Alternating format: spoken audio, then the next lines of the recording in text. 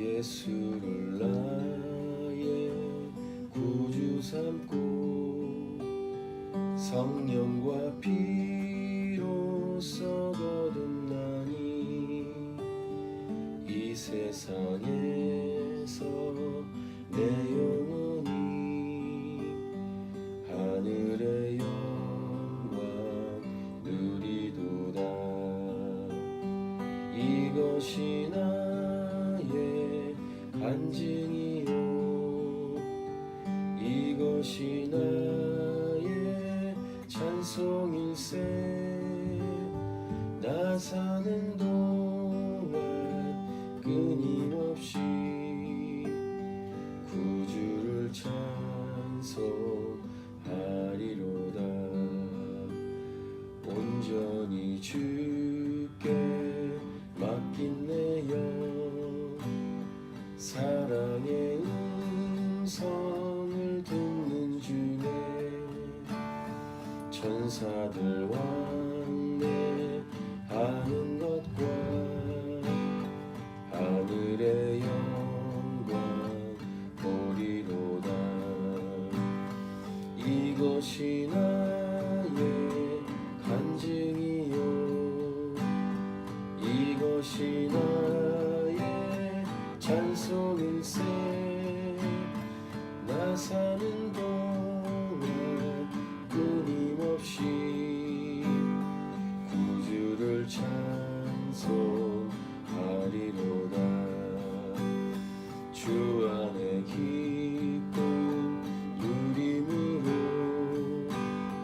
마음의 풍랑이 잔잔하니 세상과 나는 간도 덮고 구속한 주만 보이도다. 이것이 나의 간증이요 이것이 나의 찬송일세. 나 사는 동안 끊임없이 구주를 찬송하리로다.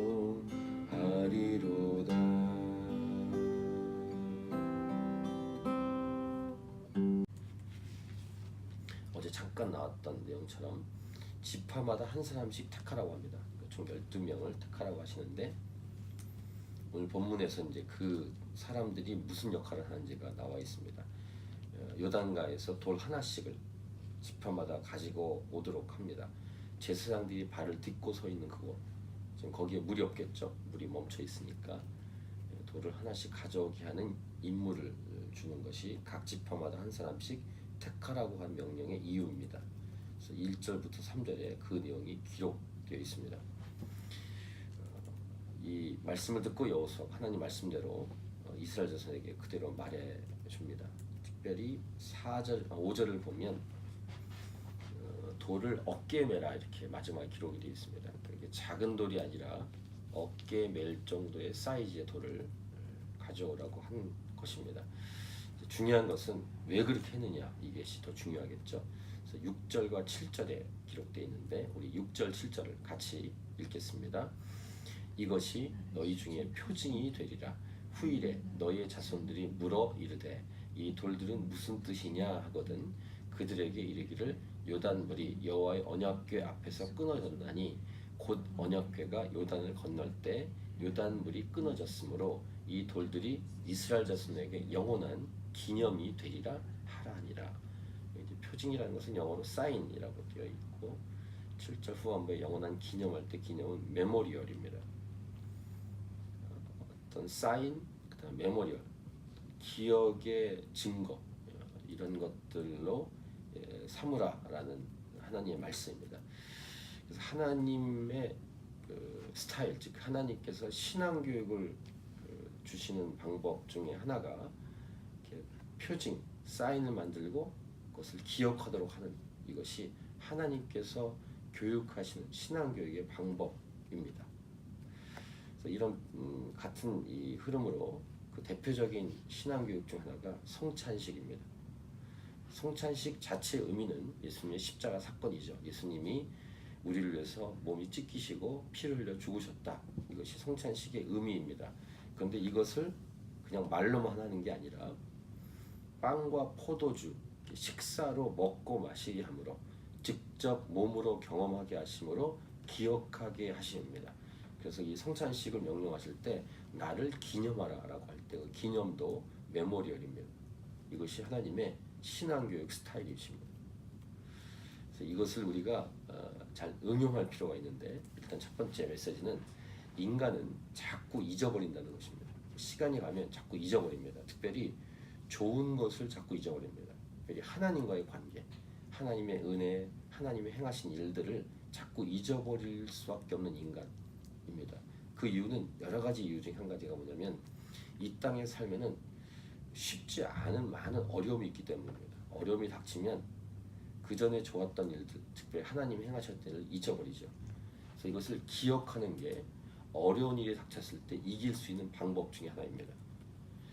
나쁜 일을 잘 기억하고 원한을 갖고 복수를 하려고 하는 인간이 하나님이 행하신 일들을 잘 기억해내는 것이 중요한데, 하나님 오늘 보니까 사인을 두고 그것을 기억하도록 하는 모습, 이것이 우리가 좀 본받아야 될 하나님의 우리에게 주시는 신앙 교육이라고 할 수 있겠습니다.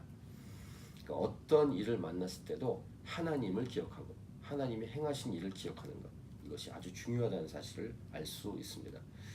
두 번째는 기억할 수 있는 좋은 아이디어를 우리 스스로 만드는 것이 참 좋습니다. 즉 하나님께서 이렇게 우리에게 신앙교육 하시는 이 방법을 응용해서 좋은 아이디어를 우리가 내어야 한다는 것입니다. 특별히 하나님의 말씀을 잘 기억하도록 하기 위해서 각종 방법을 다 쓰는 것입니다.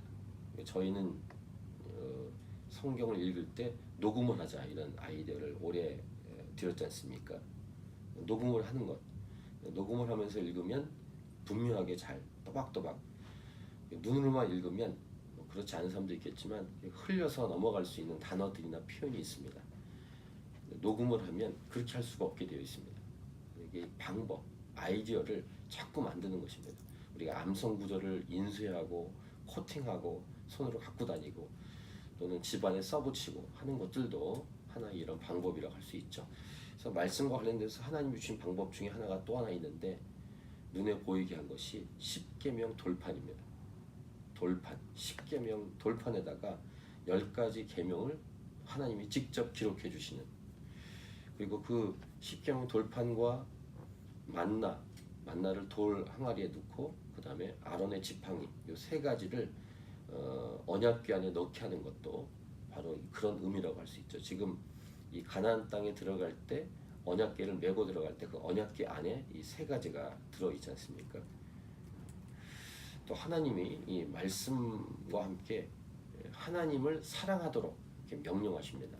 유명한 신명기 6장에서 이스라엘아 들으라, 우리 하나님 여호와는 오직 유일한 여호와이시니 너는 마음을 다하고 뜻을 다하고 힘을 다하여 네 하나님 여호와를 사랑하라. 그 유명한 이 말씀을 신명기 6장 4절 5절에서 주신 다음에 그 바로 다음 절에 이렇게 말씀하십니다. 오늘 내가 네게 명하는 이 말씀을 너는 마음에 새기고, 그 다음 자녀에 대해서 이렇게 얘기합니다. 네 자녀에게 부지런히 가르치며 집에 앉았을 때든지 길을 갈 때든지 누워 있을 때든지 일어날 때든지 이 말씀을 강론할 것이며, 이렇게 말로도 가르치고 그 다음 하시는 명령이 이것입니다. 8절 9절에 너는 또 그것을 네 손목에 매어 기호를 삼으며, 손목에 매라고 얘기하시고 네 미간에 붙이라고 하고, 또 집에서는 또 네 집 문설주와 바깥문에 기록할지니라, 이렇게 명령하십니다. 하나님 기억하게 하는, 특별히 하나님 말씀을 기억하게 하는 하나님이 주신 명령 말씀입니다. 그러니까 잘 잊어버린 우리들에게 하나님은 기억을 잘 할 수 있도록, 잊지 않도록 하기 위한 방법들을 우리에게 주십니다. 이것을 우리가 가슴에 새기고 우리도 하나님 말씀을 잘 기억하고 자녀들에게 잘 가르치기 위해서 응용하고 좋은 아이디어를 내는 것이 필요할 것입니다. 그래서 이스라엘 자손들이 돌을 가지고 오라는 명령에 순종하는데 8절과 9절에 그렇게 기록이 되어 있습니다. 그리고 요단 강을 백성들이 다 건넙니다. 10절부터 13절 내용, 특별히 그 앞서서 건너는 것은 이미 땅을 차지한 르우벤 자손, 갓 자손, 므낫세 반지파는 앞장서서 건너갑니다. 그리고 이제 여리고 평지에 다다랐습니다. 근데 이렇게 요단강을 멈추고 건너게 하는 그 내용은 어제 말씀 나눈 것처럼 여러 가지 이유 중에 여호수아의 리더십을 견고하게 서게 하기 위한 것도 있었다라는 것입니다. 14절 보시면 그날에 여호와께서 모든 이스라엘의 목전에서 여호수아를 크게 하시매 그가 생존한 날 동안에 백성이 그를 두려워하기를 모세를 두려워하던 것 같이 하였더라라고 기록합니다. 자, 그 다음에 하나님 말씀이 다시 임합니다. 그 말씀 뭐냐면 15절부터 18절 내용인데 백성들이 다 건넜습니다. 증거기를 맨 제사장들은 아직 요단 그 강에 서 있죠. 물은 멈춰 있지만 하나님이 말씀하십니다. 증거기를 맨 제사장들에게 명령해서 요단에서 올라오게 하라. 16절에 얘기하십니다. 그렇게 하나님 말씀을 여호수아가 듣고 여호수아가 제사장들에게 명령하죠. 17절 여호수아가 제사장들에게 명령하여 이르기를 요단에서 올라온 하매. 그래서 중요한 내용이 있습니다. 마음대로 스스로 판단한 다음에 올라오지 않습니다. 백성들이 다 건넜구나 이제 올라가자라고 자기들 스스로 판단하지 않습니다. 하나님께서 명령하셨을 때 올라옵니다. 이게 굉장히 신앙생활에 중요합니다. 백성들이 다 건넜으니까 이제 올라가지 하면서 이렇게 제사장들께 서로 의논한 다음에 가는 것도 아니고 여호수아가 판단할 때 물이 백성들이 다 건넜으니까 이제 올라오면 되겠네라고 판단하지 않습니다. 세 번째 중요한 메시지인데요. 하나님께서 가라 하면 가고 오라 하면 오고 멈추라면 멈추는 등등으로 절대적으로 하나님 말씀에 철저히 듣고 순종하는 것. 이것이 신앙생활이고 우리의 삶이어야 되고 이것이 승리의 비결이라는 것입니다. 그럴 때 리더십이 온전히 세워집니다. 권위가 섭니다. 하나님 말씀대로 듣고 순종할 때 임의대로 자기 스스로 알아서 하지 않고 하나님 말씀대로 할 때 진정으로 리더십이 설 수 있다라는 것입니다. 혹시 스스로 알아서 하는 것도 스스로 알아서 해라라고 하나님 명령하셔야 됩니다. 그러면 됩니다. 그러니까 때로는 신앙생활이 깝깝합니다. 수동적이기 때문에 그러니까 세상 기준에서 보면 답답하고 깝깝하게 보일 수 있습니다. 그럼에도 불구하고 우리 예수 믿는 자들은 이렇게 오늘 내용이 있는 것처럼 말씀대로만 해야 하는 것입니다. 이것을 가장 인생에서 중요하게 여기셔야 됩니다. 자, 올라오라고 했습니다. 하나님이 명령했습니다. 여호수아가 제사장들에게 18절 올라오니까 그 발바닥으로 육지를 밟는 동시에 요단물이 본 곳으로 도로 흘러서 전과 같이 언덕에 넘쳤다라고 기록합니다. 그리고 이제 중요한 내용이 하나 더 기록되어 있는데요. 이 날짜입니다. 19절 보시면 첫째 달 10일 이렇게 기록이 되어 있습니다. 이 날짜가 어떤 날짜냐면 출애굽할 때의 날짜입니다. 40년 전에 출애굽했을 때 그 날짜. 그 이스라엘의 종교력으로 첫째 달 새해가 됩니다. 그 새해와 같이 딱 맞물려서 요단을 건넌 날도 첫째 달 10일이라는 것도 아주 중요한 내용입니다. 새로운 인생의 시작, 뉴 스타트 하는 그런 것으로 딱 맞아 떨어지게 하나님 했다는 것입니다.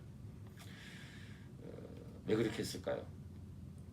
이것은 이제 궁극적으로는 예수님 믿고 새로운 인생을 시작하는 것에 대한 상징적인 메시지이기도 합니다. 그러니까 요단을 건넌 사건이 출애굽해서 홍해를 건넌 사건하고 같이 맞물어 이렇게 맞아 떨어지게 하면서 하나님이 그렇게 역사하셨고 하나님 역사하신 이 날이 새로운 인생이다 이렇게 주시는 메시지이기 때문입니다. 그래서 이것을 우리도 상징적으로 적용할 필요가 있는 것이 항상 이렇게 시작과 끝맺음이 중요합니다. 신앙생활에 세상에서도 이렇게 작심하는 것이 작심삼일로 이렇게 이어지기 때문에 안타깝기도 하지만 세상에도 이렇게 새롭게 하려고 하는 마음이 있죠. 근데 신앙생활은 훨씬 더 이 부분이 의미가 있습니다. 그래서 우리에게서 팔머스턴을 마무리하고 YM을 간다. 이런 것들이 그냥의 날이 아니라 의미가 있는 것입니다. 의미의 부여. 그러니까 우리 벨컨에서 시작했을 때 벨컨은 마무리, 팔머스턴 시작, 팔머스턴 마무리, 이런 마무리와 시작이 개인이든 공동체이든 중요하다라는 것을 오늘 말씀을 좀 연결시켜서 적용해 볼 수 있겠습니다. 자, 그 다음 이제 마지막 메시지입니다. 21절부터 24절인데요. 21절을 한번 같이 읽겠습니다. 21절 시작. 이스라엘 자손들에게 말하여 이르되 후일에 너희의 자손들이 그들의 아버지에게 묻기를 이 돌들은 무슨 뜻이니까 하거든. 지금 자손들, 넥스트 제너레이션, 다음 세대 이야기를 하십니다. 22절 너희는 너희의 자손들에게 알게 하여 이르기를. 그 다음 23절 같이 읽겠습니다. 23절 시작. 너희의 하나님 여호와께서 요단물을 너희 앞에서 마르게 하사 너희를 건너게 하신 것이 너희의 하나님 여호와께서 우리 앞에 홍해를 말리시고 우리를 건너게 하신 것 같았나니 라고 기록하죠. 그러니까 이 돌들을 갖고 온 의미가 사인이고 메모리얼인데, 결국 메모리얼을 하는 이유, 기억하게 하는 이유는 다음 세대와 연결시켜서 의미가 있는 것입니다. 그래서 하나님이 어떤 분이시고 누구신지를 자손들에게 알게 하라는 것이죠. 마지막 24절 이는 땅의 모든 백성에게 여호와의 손이 강하게 하신 것을 알게 하며 너희가 너희 하나님 여호와를 항상 경외하게 하려 하십니다.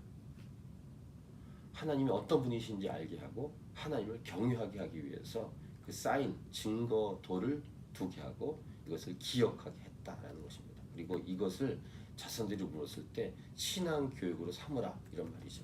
그래서 마지막 네 번째 메시지는 신앙 교육을 하도록 하신다는 것은 하나님은 다음 세대에 관심이 있으시다는 것입니다. 신앙의 전수, 이것은 하나님께서 원하시는 것입니다. 하나님께서 원하시는 것에 우리도 중요하게 집중해야 하고, 교회는 다음 세대에 이렇게 에너지를 쏟아야 되는 것입니다. 하나님께서 중요하게 여기시기 때문에. 그래서 오고 오는 모든 세대에게 하나님이 누구시고 하나님이 어떤 일을 행하셨는지를 알게 하는 것, 이런 신앙교육을 우리는 반드시 수행해야 합니다. 그래서 복음을 전한다고 할 때, 선교 대상지라고 할 때 여러 영역 중에서 다음 세대는 아주 중요한 복음을 전하는 대상이어야 합니다. 선교의 수직적인 차원을 말씀드렸는데, 선교의 수평적인 차원은 여러 지역, 민족, 나라 이것이 것이고, 시간적인 수직적인 차원은 바로 다음 세대가 선교의 대상 중에 하나입니다. 캔버라에서 우리가 더욱더 집중해야 될 사역 중에 하나가 다음 세대라는 사실을 꼭 기억하고, 각 가정은 물론이며 교회가 이 다음 세대에 모든 관심을 갖고 실제적인 행동을 수행해야 할 것입니다. YM에 들어가면서 새로운 마음을 갖고 더욱더 다음 세대에 집중하는 하나님 마음을 품고, 우리가 이 일, 다음 세대에게 하나님을 가르치고 알리는, 말씀을 가르치고 알리는 이 일에 함께 집중하는 교회로 세워져 갈 수 있기를 간절히 기도